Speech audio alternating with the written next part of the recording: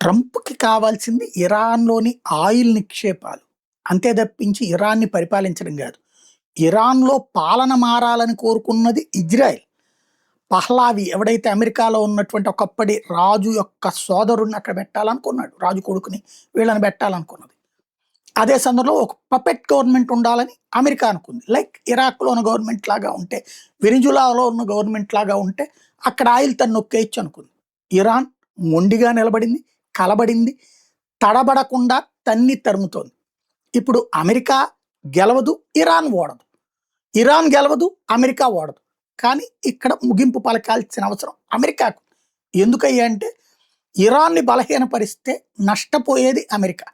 Arab దేశాలు రేపు పొద్దున అమెరికా మాట వినవు. అదే సందర్భంలో ప్రపంచం ముందు తల కొట్టేసినట్టు అవుతుంది. కాబట్టి అమెరికా అధ్యక్షుడు ట్రంప్ ఒక పక్కన దాడులు ఉధృతం చేస్తాడు. మరింత నాశనం చేస్తాడు. ఇప్పటికీ ఇరాన్ ఓ 25, 30 ఏళ్ల వెనకబడిపోయింది.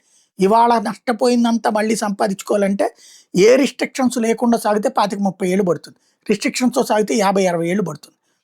ఒక ఆఫ్ఘనిస్తాన్ లాంటి బ్రతుకుతుంది. ఒక ఇరాక్ లాంటి బ్రతుకవుతుంది. అదే సందర్భంలో అమెరికాకి కావాల్సినటువంటిది ఇరాన్ అక్కడ ఉంటేనే అరబ్ దేశాలు తన మాట వింటే, అలాగే తన పెట్రో డాలర్ కథ నడుస్తుంది. కాబట్టి మధ్యవర్తిత్వం అనేటటువంటి దానికంటే కూడా అమెరికా ఏదో ఒక విధంగా యుద్ధం ముగించే ప్రయత్నం అయితే చేస్తుంది. ఇజ్రాయెల్ మాత్రం సర్వనాశనం ఇరాన్‌ని చేసేదాకా ఈ చర్చల్ని సాగేలాగా చేస్తది.